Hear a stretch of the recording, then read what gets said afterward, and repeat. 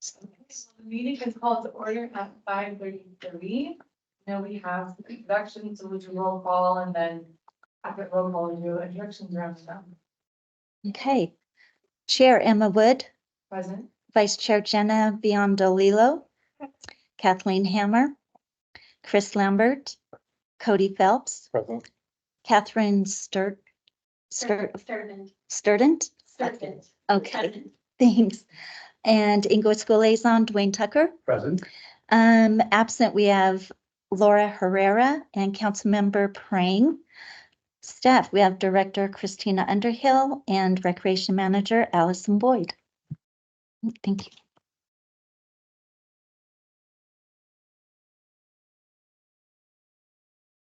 I'm Christina Underhill. I'm the director for the Parks, Recreation, Library, and Golf Department. I've been here since 2020.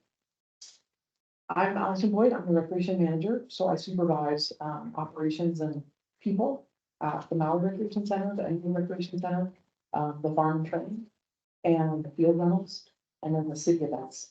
So city events. I've been here about 9 years. I am Debbie Severa. I'm the executive assistant for the department and the staff liaison to the board.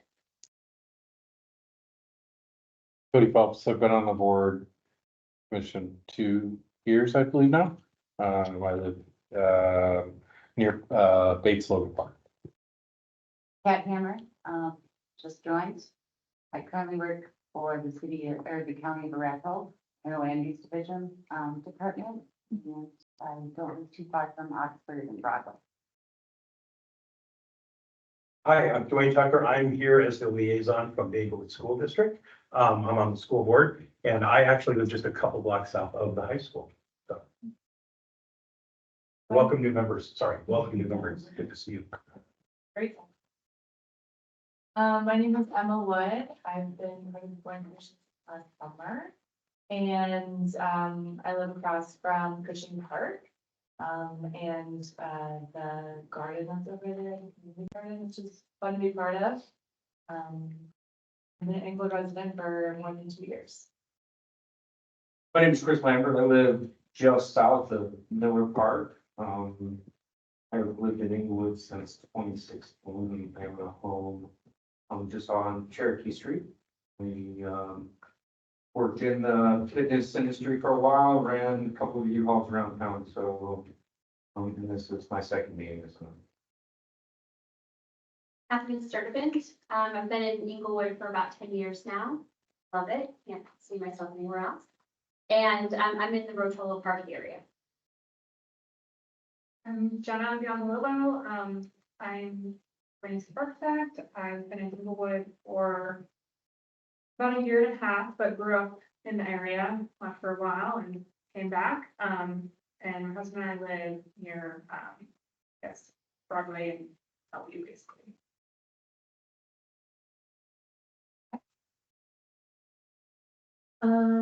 Let's see, we're going to be approval of minutes. Are there any additions or corrections to the minutes on February 8th?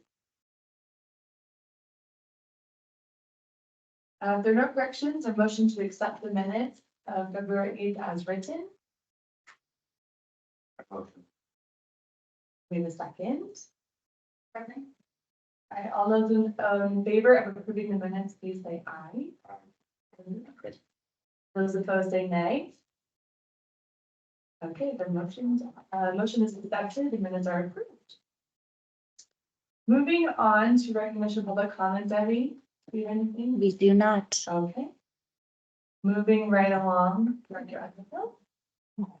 I'll give a couple updates in this section.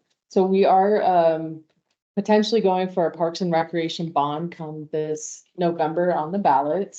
I actually will plan on, since we have new members here, I'll plan on giving a presentation probably next month in May of what those projects look like. Right now, the proposal is for a $50 million bond. Here comes Councilmember Prang. Okay. A $50 million bond that would address 10 parks in our city, as well as 2 facilities, Englewood Recreation Center, as well as Pirates Cove Water Park. And so I'll go into more detail next month so you can see what those projects are. we are planning on taking the proposal back to council. They've seen it a couple times already. But back to council for a study session in early June. And we'll narrow down if they want to keep the full proposal, if they want to narrow down to a 30 or 40 million dollar versus 50 million. And what those projects would look like if we do decrease the actual bond amounts. They may move forward with 50, which would cover everything. It'd be very exciting for the city, but with 30 or 40, we can still do a lot. And so one proposal we have for all of you moving forward is once council does make a decision at the end of June to move forward with it, staff have to go quiet.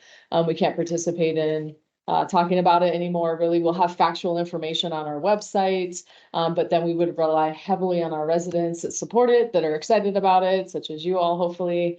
And so, like I said, next month, I'll bring that whole presentation back to you all and just drill it into your minds about what that looks like and what it will do for the community. So more to come on that. And our website is updated. So if you do want to peruse that, if you just search Englewood Parks and Recreation Bonds, it will pop up and I'll have all the details on that site. But we have had a lot of positive feedback. We were at Hop and Shop with a bond booth there and a lot of people were very excited. Some people didn't even stop by and I said, hey, you want to learn more? And they're like, we already know about it. So that was nice to hear. In the past, last year, we thought we were going to put it on the ballot last November, but we found out it has to go during a special election, which is the presidential election, which is kind of good news because you get more voters during that time versus an off-season election. So last year, some of the negative comments that we heard was, oh, our alleys and streets need to be addressed, not our parks are already great. And I'm like, well, that's a compliment. Thank you. So not a lot of negative response other than we know the city has other needs as well that have to be addressed. So more to come next month, but check out the website if you get a chance. And then I'll roll into Bates Logan project updates. So our open space manager, Adrian Torres, is on vacation, but he wanted to get some updates to you all. So we actually just got the power and water turned on to the phase 2 portion, which is the brand new restroom at Bates Logan, as well as a new picnic shelter. Oh, I'm sorry, that's phase 1. That just finished. That was last year. We just got XL's a little delayed. So we just got that turned on. So we actually open all our park restrooms and turn on irrigation April 15th. So that's next Monday. So that park will be ready to open to the public. Phase 2 is under construction. We've got our contractor on board. We have a brand new inclusive playground coming into that park, and that's been ordered.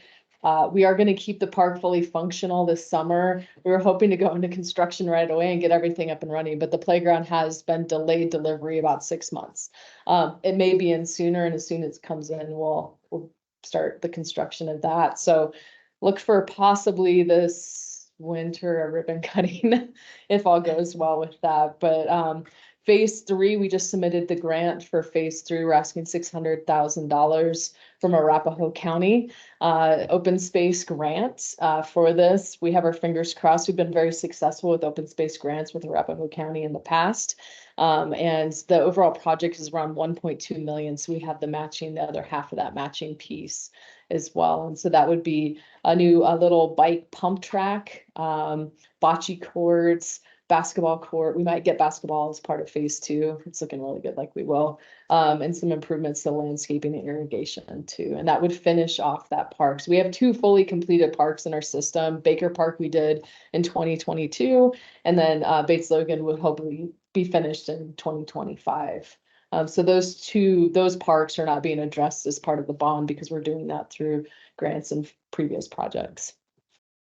And then any questions on that before I move on to the next section, which is the Bellevue train. So we have had a gas powered train at that park for many years now. And in 2020, we received the Broncos funding when the Broncos still 22. Time is moving. Took a while. So 2022 Broncos sold, and many cities in the Front Range got proceeds from that sale. They sold for a lot. We only got a little, but we got just over $1.2 million from that, and council agreed to let us use some of that funding to purchase an electric train for Bellevue Park. So parks crews have been working with electric contractors to get kind of the new electric system run to Bellevue Park charging plates that are in the ground now. So when it's in the tunnel, it can charge at Bellevue. When it's sitting at the depot waiting to load, it can be charging. So we're really excited to get a brand new train. And part of the challenge with the gas train is the tunnel. It gets a little gassy when it does trip after trip after trip. And so that won't happen any longer. It's also ADA accessible, which our last train was not. It was actually hard for most adults to get in and out of as well. And so that train is coming on April 25th. We will be doing a ribbon cutting with council, with all of you. You'll get an invite. Memorial Day weekend, that Saturday is opening day for the Farm and Train. And so we'll do a ribbon cutting prior to the start of that day for everybody to come out and see the new train, get some photo ops. Hopefully y'all can be the first to ride the train and get a little tour of the park prior to the public getting on that train that day. And then you get to see Farm and Train in all its glory. Opening day, it's crazy out there if you haven't been before. So any questions on that?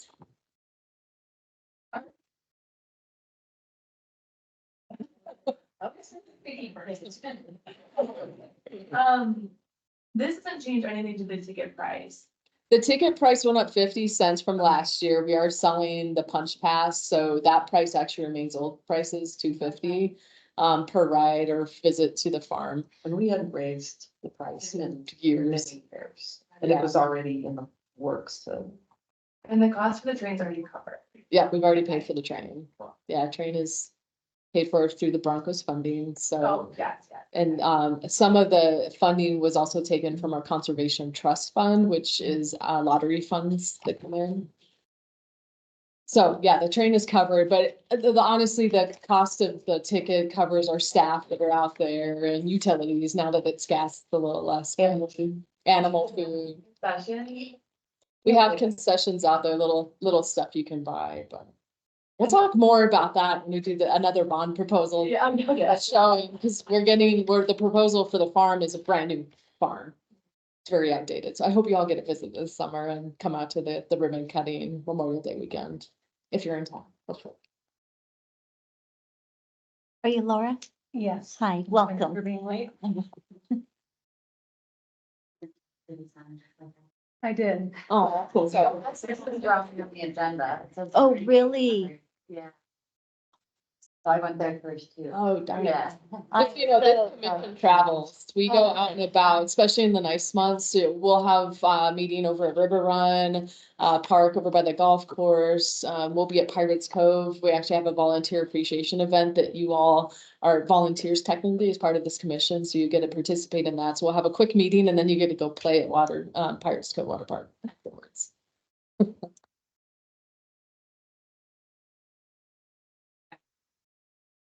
Yeah.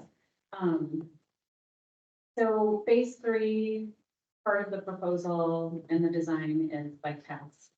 And I saw some pictures of Yeah. tracks or whatever. Can you talk to us a little bit about the maintenance of those and? So they're gonna be asphalt or concrete, so more low maintenance. In fact, part of the bond is proposing a centennial bike park that'll be a regional destination, and we're proposing asphalt because of the maintenance.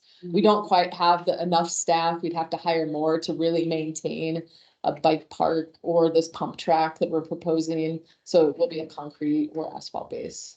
Usually asphalt's better because of the movement. So the land moves, the concrete cracks, so the asphalt is a much better, you know. Maintain it as Maybe much. warm up differently. I'm just thinking of times of snow and, you know, the Right, lower parts of the track accumulating. sure. And That may happen, but we do have quads with plows on them that we plow all our parks sidewalks with, and so I would like that job to go plow the bike park that day, just ride it. But yeah, the asphalt is most likely the direction. It is cheaper than concrete, but it is maintenance friendly. Great question. That's all I've got for those. All right, let's move on to new business. Hey. It's a Malley show. All right, well, I'll ask, how many people have been to the center before? Okay, first time, okay. So if you want to run through the center afterwards, I'm happy to give a tour. It's a one floor. and we're at the end of it, so we can work our way back. Be happy to show you around, but I'm gonna talk a little bit about the center. We have two full-time supervisors here that operate the programs and the facility. So Shelley Fritz-Pelly has been in the city for 30-something years. She's injured, so she'll be in the next week or so. But she's been an integral part of this success of this building and the programs. Nancy Baum had a previous engagement tonight, so she sends her apologies as well. And she operates a lot of the programming that happens in the center, where Shelley has fitness programs and the building and the guest services. Nancy does hikes and trips and tours and the VOA lunches, and the art programs and things like that. So I have some material over there. There's a magazine if you haven't gotten one. And then there's a little flyer, which I have like 4 of these. They're at the printer right now. So we'll have them for our Active Aging Expo that gives a little bit of information about what the center offers. It's a unique center because it has a really nice fitness area and a gym. And this was an addition in 2003 and 2004 to add this to the community. There's over 30 pieces of equipment in there and some like Biodex and New Step. So we get people from Craig Hospital coming down that are even under age 55. Primarily the center is for 55 and over. So it's really nice because there's a lot of varieties of programming that can be done here. So it's a pretty unique place. Some of the things that happen because of the trust fund. So there is a Malley Trust Fund board that is set up and they manage a fund. There's about $470,000 in it, and it can only be used for items at Malley. And some of the things that we've done to the building are like a scoreboard. Some of the fitness equipment, but most of that is through the CTF funds that can only be used for recreation. The marquee out front, these tables, these new tables here, tables in the VOA lunch area, things like that. There's a plaque in the hallway that kind of lists all these things. The trust fund also pays for marketing, media, swag, things like that. They're also, right now, we're in the middle of doing a signage, indoor signage project that the trust fund is paying for. So it really does help the city's budget because some of the trust fund monies can be used for this. So we're very appreciative of that group. LC Malley was an entrepreneur woman, early 70s, that started a speakeasy, so to speak, had a bar. And the city had a group that had a call out for funds to build a community type center. And she was really interested in building a library. So she donated $10,000 and that kind of piqued the people's interest and they asked for more and she gave $50,000. So they built the front section of this building and named it after her. And she was a big contributor throughout the years. So that's why the center is named after her. And she lived to be about 100 years old. And I think she had some sort of gambling place up in the mountains. So she was kind of a character. And there's some large photos, paintings of her in the facility. So we're definitely happy that she donated that money, and people in the city were really appreciative of that effort, and just is a cool thing. So some of the things that we do in this building are primarily for ages 55 and over. A lot of people ask, like, what's the male-female ratio? It's kind of even, but there are more females. And a national statistic is there's more women over 65 living by themselves than there are men of that age. So a lot of the programming, we'll see a lot of our trips and tours are female related in our art program. So it's interesting, but we do have a pretty nice mix. The only thing in the center that is primarily for that 55 and over is the fitness area and our computer use. We have laptops for use. But we do have, we have rentals for youth in the gym. We have basketball programs. We have pickleball that's open for all ages.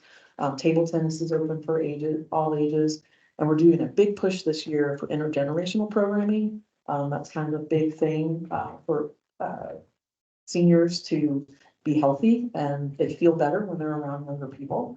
So we're excited about introducing people to that. I'm actually attending the webinar on the 25th of this month with a program called Linkages, and we're gonna try and cooperate with them and bring some of this programming in. So really cool. We're very excited about that. Large event we have next week on Thursday is the Activating Expo. It's on the 18th from 2 to 5 p.m. There's about 60 vendors right now, primarily focusing on the aging population. Services, there's a lot of fun stuff too. Health, medical kind of people. Of course, there's, we actually have the Social Security Administration coming, which is really rare that they're gonna be here. And we really feel like a lot of people are gonna wanna talk to them because there's a lot of questions about that. So, it's a great resource fair type. It's free to the community. Trust fund will have a table there. We'll promote programs. The way that the center operates is that you have to pay for the programs, but there's a social pass. So the social pass right now is less than $60 for residents and non-residents. And it gets you free use of the center. So you can work out, you can go in the gym, you can use the billiards tables, you can hang out, do whatever you want here. And we've tried to keep that down, that price down. We have not raised it in quite a long time. We also coordinate with Integrated Family and Community Services, where we offer free social passes for those in need. So if somebody comes in here, we set them up with the IFCS, and they come, they say this person is approved, and we give them a free social pass. And we're pretty lenient on if somebody can't afford the $60, we'll break it up into payments. We'll try and work that out. We've traded out volunteer hours for social passes before, so we want people to come here. So we try and do whatever we can with that. But the expo was really cool. Public health is gonna be here, so there's a lot of interesting vendors that are gonna be here. One unique program that we have is the Volunteers of America Lunch Program. Most places it only operates maybe 1 day a week, but we operate it 5 days a week. And so it is a lunch program. Donations are encouraged, but they do not have to pay for lunch. And I think if you're under 62, you have to pay. It's like $11 for lunch. So anybody can come. Today we had bingo. There was over 30 people here, and we're really struggled after COVID to get people to come back. And so we're really working on building up that program. There's actually a flyer over there about the VOA lunch, and we have try lunch for free. So if you want to take a card, you can give this to somebody who's over age 62, whatever, and come and eat with us. So we really work on food security with people, and we try and get them grab-and-go lunches if they need it. We will serve anybody that comes in. So it's a really neat program.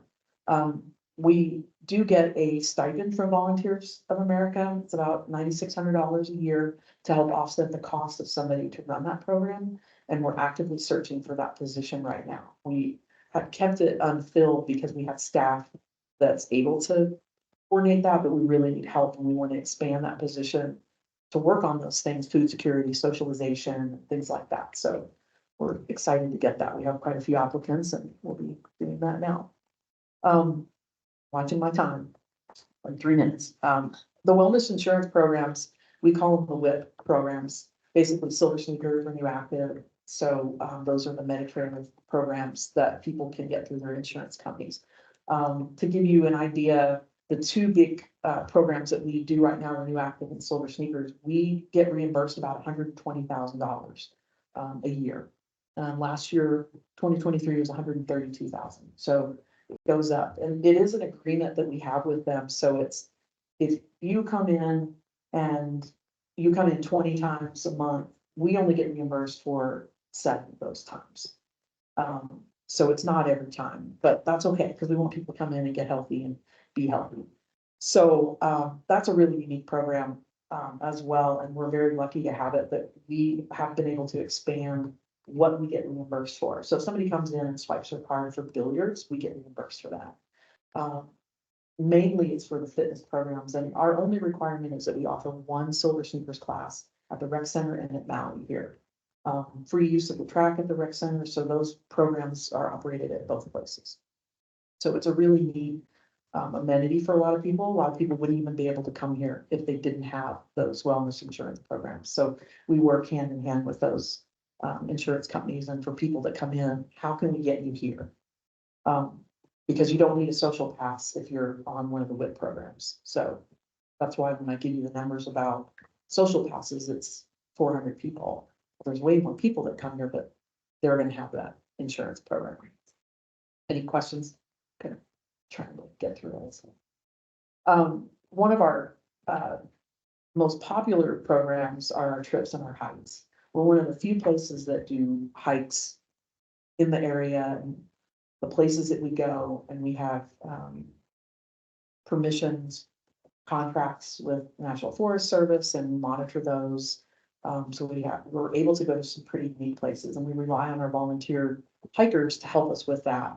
But it's a pretty tight group. It's a social group. They go eat. We have a party at the end of the year.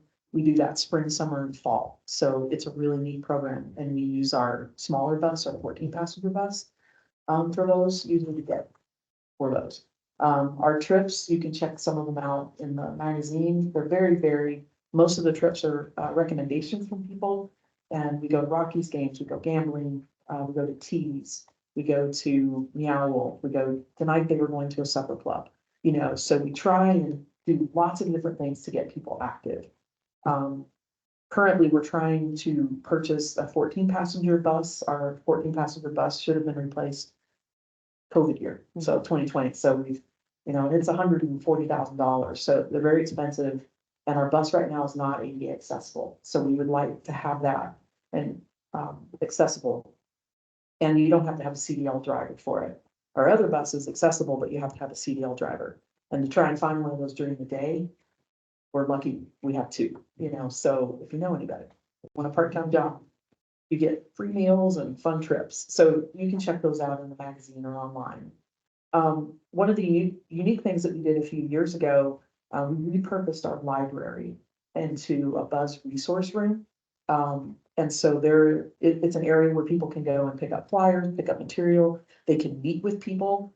We've had people that have sold things on Craigslist and they wanted to meet here. We've let them do that. We encourage them to go to the police station for that, but we allow people, you know, in this general area to come in, and it's kind of a safe space. So we have tons of information in that resource room, and they can take in the laptops there. We also do a unique thing in the fall. It's a safety seminar, and it's free. The trust fund helps pay for the lunches for that. And we have police come in, we have fraud people come in and really focus on safety in your home. And we get quite a few people from the Englewood housing around here and like Brookdale, those kind of homes will bring groups of people down here. So it's a real community connection kind of thing. And it is kind of scary when you think about, you know, people living alone and their concerns are the same that we have about safety and everything. So it's been very successful. And that was came out of a suggestion from a patron that lives across the street, and we just kind of ran with it. And so we do a lot of that outreach kind of stuff here, and I'm very proud of staff for what they do here. It's just amazing, some of the things they come up with. Our fitness programs are huge. We have lots of line dancing, and we've even expanded one of the rooms. We're gonna get some racks in there. We're gonna put a different flooring in there. The coordinator, the supervisor here and the supervisor at the rec center work together to offer really cool programs. And I can't speak more highly of how great I think this place is. So I'm really glad you all are here, and I'm happy to show you around, and I won't babble a lot. So y'all need to get home. But I appreciate the time. If you have any questions, happy to answer them. You might have mentioned it, but so some of the other classes like fine dancing or like the art classes, are those open to all ages, or is that just for 55? They are open to all ages if there's room. So we serve 55 and over first.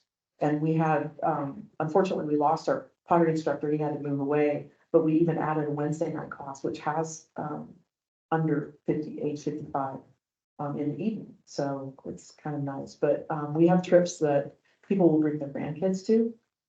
If they can behave, they can come, you know. So sometimes they're better than the people over 55. So, but yes, the fitness classes are open if there's room available. I was just saying thank you. Yeah, thank you. How do you recruit your volunteers? Where do they find you? Do you? Yeah, so the events supervisor is actually our volunteer supervisor as well. And so we have a citywide volunteer web page, so people can just say, hey, I want to volunteer, and we have them fill out a form. And then we put things out on the marquee, we put out flyers, and then sometimes we have it in the magazine, depending on what we need it for, but primarily through the website. And if people are having trouble on the website, we register it for them. But we're finding that people are more savvy on technology, and we're trying to get out of that ageism that people can't use technology to do things. And we put QR codes on things and people are using them. But yeah, mostly community-wide, and the trust fund will solicit some as well too, at like the block party. We have a table there, things like that, but open suggestions, so. No, well, it sounds like there's a lot of just volunteer engagement to keep everything running too. So I imagine it's a good amount of effort, not only finding, attracting, and then keeping. Yeah, yeah, Right. most of them will help with the VOA program or special events. Mhm. Paid staff, we have paid staff for instructors, but like we have a retirement support group, and that's all kind of volunteer led from people that come to the center. And we're really happy to have them because they help us with some of that outreach and are really helping with a lot of things that go on, so. Yeah, so some of those clubs, we allow them to come here without paying for the room. We have quite a few of those. We have some veterans that come and just want to have coffee. Yeah, you don't have to pay to get in, just come on. Thanks. For the intergenerational programs, Mhm. have those started yet, or did you say that that's something that's on the horizon? So we have a few. We have done table tennis where we have a group. It's kind of the at-risk youth will come and play table tennis, and it's a lot of fun. They have a good time. We've had pickleball come. We've had some of the school, we've worked with Englewood Public Schools with like technical training. And then we have done, we have a pen pal program with Clayton. So, but we can do more for sure. So we're really trying to push that. And the library also does a lot of that types of programming too, so we don't want to duplicate stuff. So a lot of that, the idea might come here, but then it ends up being at the library because that's where the youth are and the seniors will go there as well. But any ideas or anything you see, please let me know. I'll put my card up there too.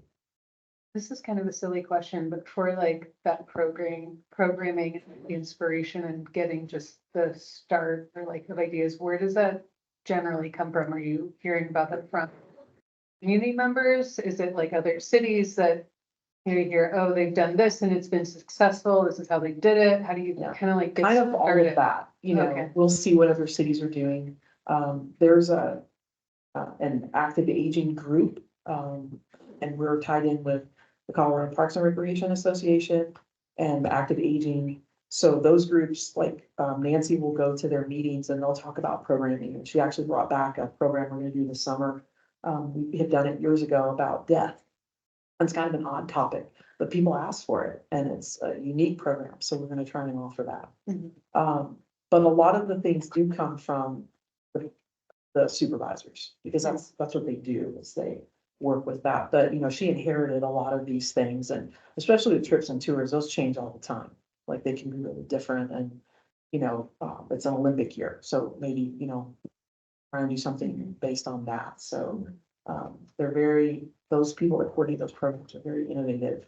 But, we definitely listen to what our peers are doing and our colleagues are doing, and what the city wants, and people go to council and say, why do you have this? Or when we do surveys, we really take that to heart to see if we can do that, or we have that program. How do they not know we have that program? How can we better publicize that?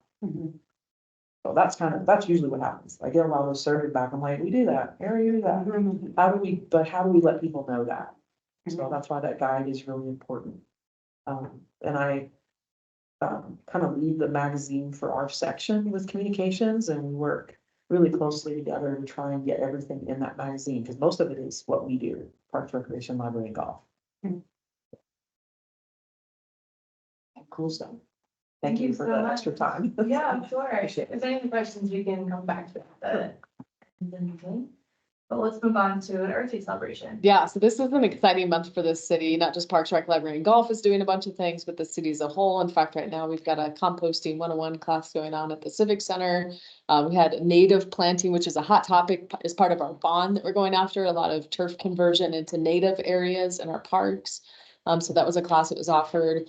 But coming up on Saturday, the 20th, the city manager's office and our city staff ambassadors are working with volunteer group to go out and plant some trees at Bellevue Park and do a little park cleanup as well as part of Earth Month, more or less. We also have been having a tree sale going on from the Parks Division since March 17th. It actually closes on April 17th. And then trees are delivered on April 19th, which is a Friday. But trees are being sold for $35. We only have one tree variety left, which is the bald cypress tree. I don't know, that doesn't sound appealing, bald tree. But the 9 total trees were offered. So if you have property here and you want a new tree, look for it next year possibly to get a new tree. You can get up to 2 different species of trees. And again, it's $35 and our parks team actually come out and deliver the trees to your house. We don't plant them, you have to do that, but we will deliver those. And that's been really popular every single year we've done it, we've sold out. And then Earth Day celebration is happening on Saturday, April 27th from noon to 3 at the Civic Center. There's gonna be a lot of booths that are related to Earth Day. The library is having a used book sale, it's a recycling project. And then also that morning, South Platte Renew is doing a cleanup, river cleanup, starting at Centennial Park. They're taking signups still for that. If you're interested, that kicks off at 9. And then the police department's also doing a DEA drug take back, so you can clean out your drug cabinets if you have some. Turning those in. So a lot going on this month just for Earth Day. There is a website dedicated to Earth Month on our webpage. So just Google that Englewood Earth Month and everything will pop up that's going on throughout the month. What about one? Oh, that's right. If anybody's interested on Earth Day celebration, we will have a department booth out there, but we also are going to be advertising the bond too as part of that and some of the other projects we have going on. So if anybody's interested in volunteering, again, it's noon to 3. We could do hour-long shifts if we have enough volunteers. Or if you want to stay for the whole time, you're welcome to do that. So feel free to reach out to Debbie or myself if you're interested in volunteering for the Earth Day event on Saturday, April 27th, noon to 3. And we'll have information to provide you and we'll coach you along too if you want to help out. Thank you.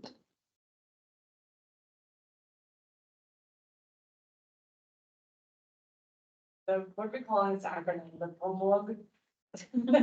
PRLG. PRLG, Parks, Recreation, Library, and Golf.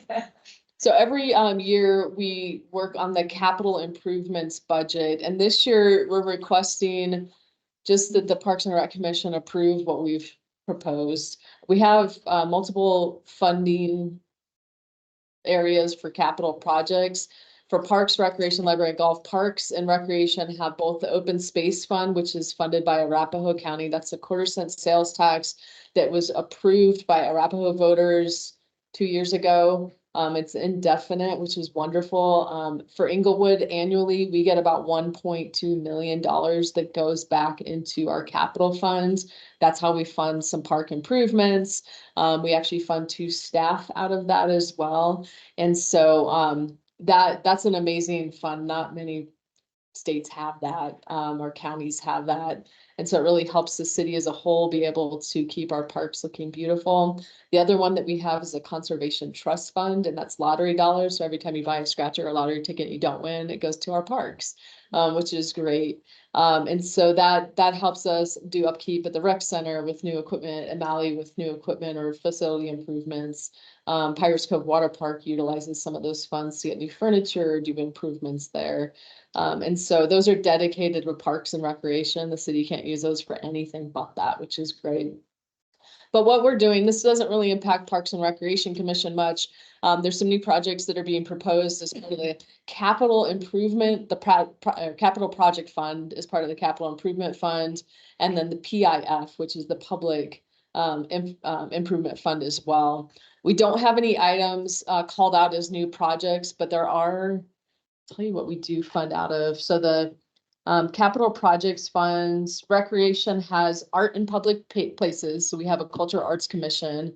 1% of all of the funds. So like this last year, we got $6 million in that fund. So they get 1% of that to buy new art or maintain current arts. And then the other one that's in the capital projects fund is emerald ash borer mitigation. And so we have, it looks like 121. We typically add about 50,000 into that annually. Emerald ash borer is, it infects the ash trees and it is in our community now. And so we do have a grant program. If you have an ash tree on your property, you can get some funds reimbursed. If you do treat that, there's an injection that can be done on the tree that helps protect it. And so you can apply for the grant to help cut some of those costs down and still protect your ash tree. Or if you were to remove an ash tree, you can also get some funding to help pay for that removal of that ash tree. And so we have treated every single tree in our park system that is an ash tree, so, and the golf course as well. And so all our ashes are protected. If you see signs on trees that says protect your ash, and that's just calling out that this is an ash tree and we're trying to save our tree canopy. So it has finally moved, not finally, but we've been waiting for the emerald ash borer to come into town, and it was found in Lakewood recently. So we know it's in the area. And then the other fund that we have is the public improvement funds. And in that one, we have a couple items, actually about 5. We've got the Englewood Recreation Center upgrades that we're actually in progress right now. We're renovating the front desk area and soon to be the aquatics, as well as some staff offices that are pretty outdated. They're getting refreshed, as well as the lobby restrooms. Also in that is parking lots and asphalt, and that helps pave our parks, parking lots, the rec center, Malley. And asphalt's really expensive, so we don't get as much as we would like, but, and then we've got median projects, so upgrading our medians. Our Parks Department actually oversees all the medians in our city and picks up trash and maintains those monthly, as well as the train was added into that, but that money has been spent. So those are 2 projects that we compete for funding with annually against other city departments. And so there's nothing that we've proposed for parks and recreation on the proposal list that's up here, but we just want your, if you approve of this, we just want to let the city know and council know that it is supported by the commission. The library board is also voting on this too. So we have 2, and they impact our library. We would like to change the entry to the library to be more visible. Right now there's a lot of blind spots, and from a safety perspective, we'd like to change that. And then we need new library furniture. So that's what's been proposed. Again, it doesn't impact Parks and Recreation, but just our library. And so I guess if we could just get a motion, if you guys approve of this, we will cover our other capitals in more detail when Adrian Torres, our open space manager, is back, and Brad Anderson, who's our deputy director, is back. So that'll be in a future meeting. You can kind of hear more about how those capital funds impact our parks and recreation facilities. I have one question. For that injection, is that prior to the infection? Yeah, you'd want to start those before the tree's infected. Is there anything to do besides remove it if it's already infected? I don't think so. Okay. No. Do you have ash trees on your property? No, I was just. Okay. She's like, oh no. I don't think I'll. Do we have a motion to approve the project recommendation as presented? Okay, the first motion. Do we have a second? I'll second. All those in favor, please say aye. Opposed, please say nay. Cool, thank you very much. Okay, we are on to staff choice. Anything else from you tonight? I think before we get to the next meeting, let me just check the date. We have Celebrate Englewood coming up. Actually, we will have one more meeting before that, but May 11th, mark your calendars. Let's Celebrate Englewood at the Civic Center Circle. And that goes from 10 to 2, and it's where we showcase all things city. So again, we'll have a bond booth there if y'all want to participate again and volunteer a little bit of your time to be at that event, or just stop by and say hi and check out all the cool trucks and programs the city's doing. And it's a touch a truck. We'll have food vendors there. I think there's entertainment coming, so it should be a really fun event. You have anything else? Okay. Okay, commission choice, this is where, any other comments, questions? Anything? Yeah, I would like to talk for just a couple of minutes. Sure. First of all, thanks for everybody and everything, and you just make them all across a little bad. I really am trying to help, but I did want to talk a little bit about the Go problem. And it may be better after the rest of these guys actually hear this. But because we're about ready to go to the homeowner or the taxpayer and ask for another increase in taxes, I want to go just a couple of points here. So those of you that own a home know that over the last couple of years, we've taken almost a 50% increase in our home taxes, right? I did some basic math. This sure is only gonna cost me about $150 as it comes out of the gate. Over 10 years, that will increase to close to 200. It does represent a 6% tax on what we're already paying. You guys already know, many of you have probably heard, we already have an affordable housing issue here and in many other parts of the country, and this is only going to add to that. My point is not to tell us not to go for the GO bond, but I'd like to make sure that when we go for this bond, that we are responsibly spending the money that we get from the taxpayer. So my biggest complaint on the bond that has been issued to me are a couple of the additions that we want to put to the rec center. I've got some numbers down here. I don't want to waste a whole bunch of time on this. But currently, our rec center is losing us somewhere near $1 million per year. So for every tax-paying household in this particular city, it costs a homeowner about $61 a month without ever setting foot inside that place.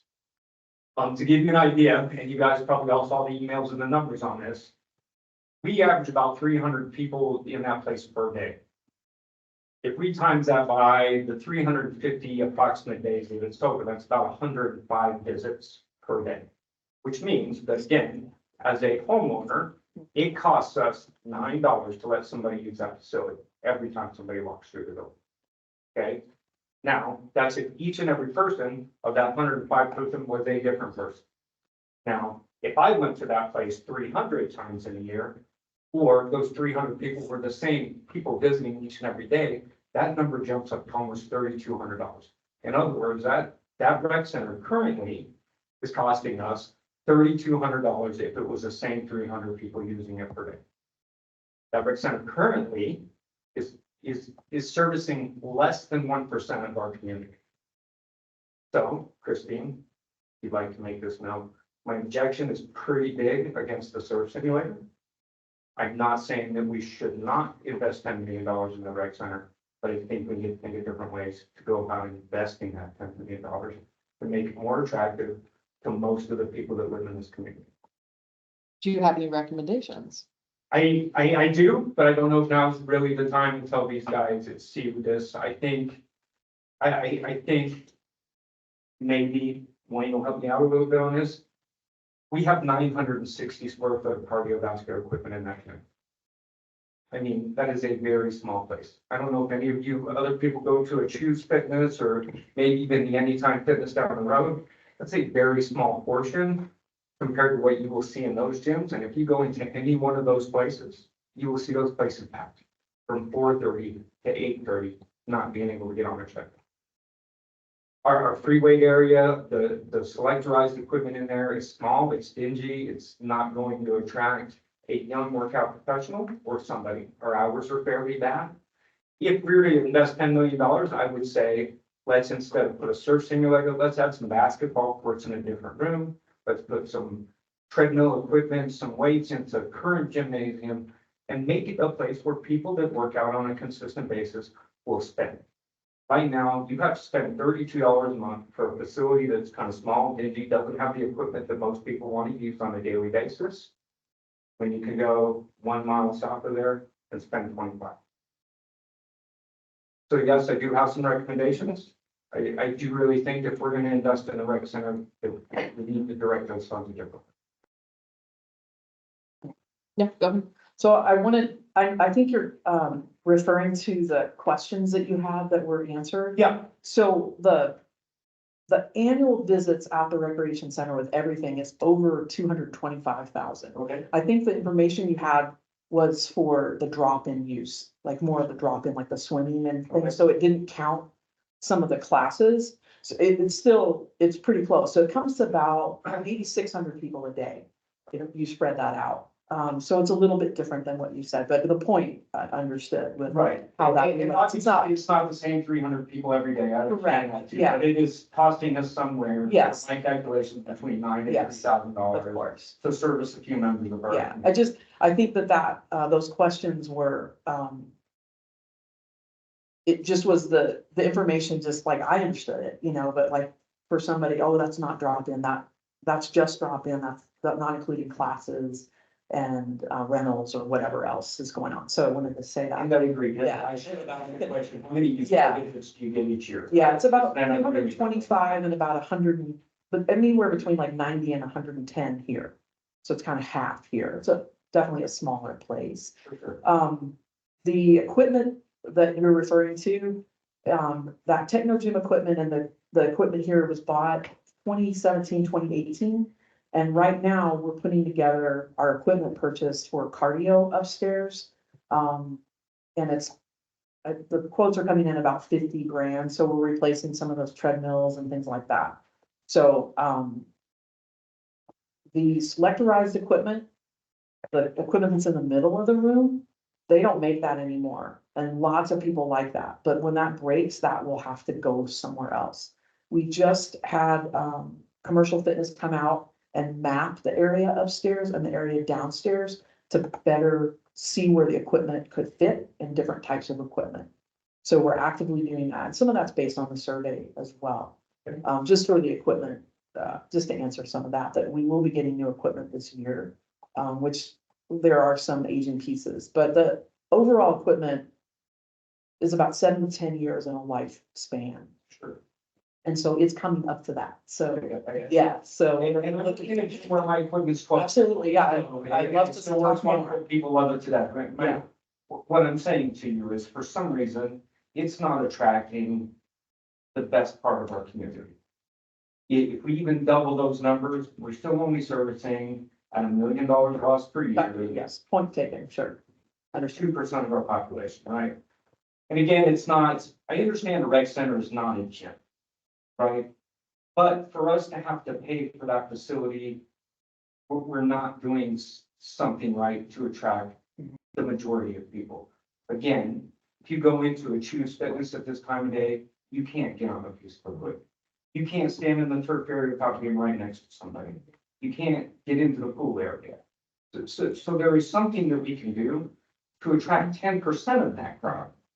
And then we might not necessarily turn a profit or have excess revenue like Pirates Cove or our water department, or there's a couple other departments that we have that actually generate excess revenue, but we could cut the losses there. Maybe get better funding for this place. You notice how I didn't pick on the Malley Center, because this is a different beast, if you don't mind me saying this. Yeah. This is a different community, needs to be, right? And the facility itself is, next year we'll be celebrating 45 years with that building. There's been some additions to it. So definitely the design is not conducive to some of those things, but it has the largest track almost in the state, where it's only 6 times around, and that's a pretty popular thing that like Choose won't have that, but so there are some unique things, but I understand what you're saying. And if you'd like me to come up with some ideas, that wasn't really my point. Well, and My point there's is- more, Yeah. there's more to than just the surf simulator. Right. Adding pickleball courts was a huge request for parks. And we don't want to put them in parks because of the controversy, and so that's where revamping the whole back area of the rec center that's not used at all anymore. It used to be sand volleyball courts, it was popular back in the day, but kind of lost that. So adding pickleball courts, which I can see the membership jumping, we have not really raised rates, which is why it's a subsidy that the city does. The majority isn't property tax, it's sales tax for the funding of the center and many of the programs that we offer. And so, yeah, ultimately, the fees are something that we'll bring to you all in a few months that you can look at. And if we want to raise rates to access Pirates Cove, Malley, Rec Center, that's something we can look at as well. Fair enough, just on that point.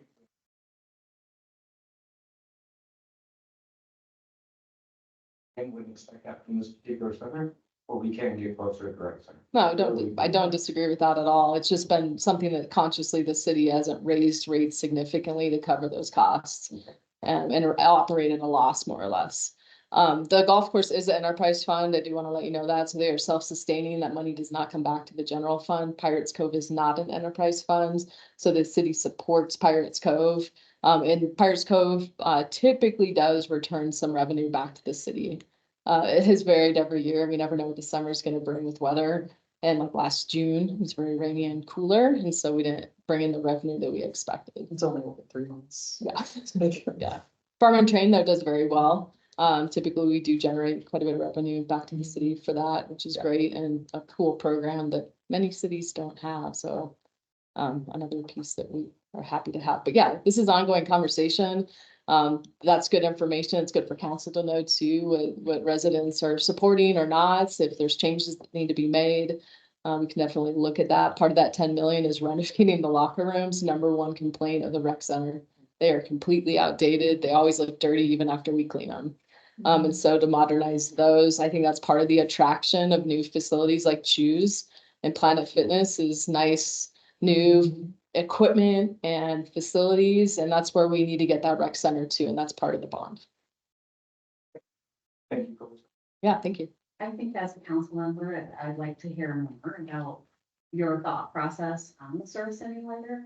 I hear the point that you're making, but I also think that you're potentially speaking to a particular demographic and how they use the rec center. And I would imagine, you know, some of your thoughts around the surf simulator was to bring in more of a diverse crowd and potentially families that hopefully are then generating more revenue coming in. So, I wouldn't want to go too far down a road of thinking of excluding any particular piece until we can hear what your thoughts were or what the studies were around the attraction of something like that. I would also add that I think that, you know, I personally have gone to Buck Center in Littleton because of the feature that they had when my children were younger. So they, you know, got that, I don't even know what you call the river. And my kids wanted more of a feature when we went swimming. And so I definitely think that can be an attractor to bringing more people in the door. Lastly, I will say thank you for the consideration of the pickleball courts. Definitely the pickleball is competing for tennis at Englewood High School. And even just the other day, we had a tennis match going on, and you know, they can run long some days if you've got your full team present. And so there were community members competing with our school team to try to be on the courts, and some of that was pickleball. So definitely having more resources for people, that's just kind of a hot trend right now, and speaking to that, I think that's. There's definitely room for 2. Yeah, at least 2. We might be able to get 3 in there with pavilion and seating area and all that. So, and possibly adding lights. Lights have been proposed, so. And yes, we'll bring this back in May so we can go into more detail and talk about each of the locations and the projects, because the rec center 10 million covers quite a bit, and some major requests that came from the Parks and Rec Commission over the years of adding like a hot tub spot, something we got from a lot of the users of the rec center. We have an MS group that utilizes the center, and some of our commissioners in the past were like, I just want to go relax after work and have that opportunity. And so adding some new elements that don't exist in the area is really what we're looking to do. So yeah, we can talk more about the surf simulator and why that's on the list and so important to add into the rec center.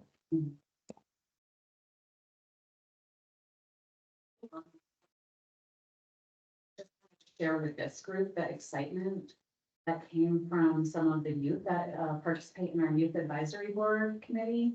speaking to native plants. Oh, good. So our That's great. last presentation with that group was on sustainability within Yeah. the city. And that was one of the things that they really focused in on was like, can we please replace, all of the areas that have decorative plants with native plants? Like our kids are thinking in terms like that. So Yeah. also another great feature of the bond offerings is speaking to multi-generations across the city. We've had a ton of public comment, as you know, but the youth are really paying attention to that as well. That's good. Yeah, awesome. Would there be an opportunity to have them get involved with the actual incorporation of the native plant? Heck, yeah. Yeah, in fact, we've been talking about that because we have the people and pollinators is a really large group in our community. They came to council and let council know about how important native plants were.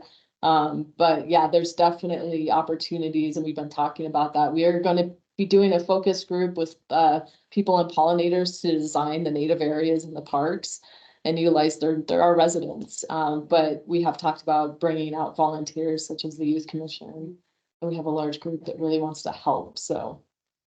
Yes. Great. All right, well, we are at time, but if there's any other questions, you can ask those now.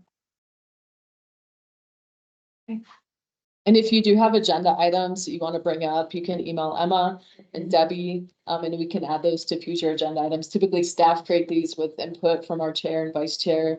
So yeah, if there's any commissioners that ever have anything you want to add to the agenda, a question, something you've seen, you want to talk about, we can always do that as well. I can adjourn the meeting at 6:54 p.m. So thank you all.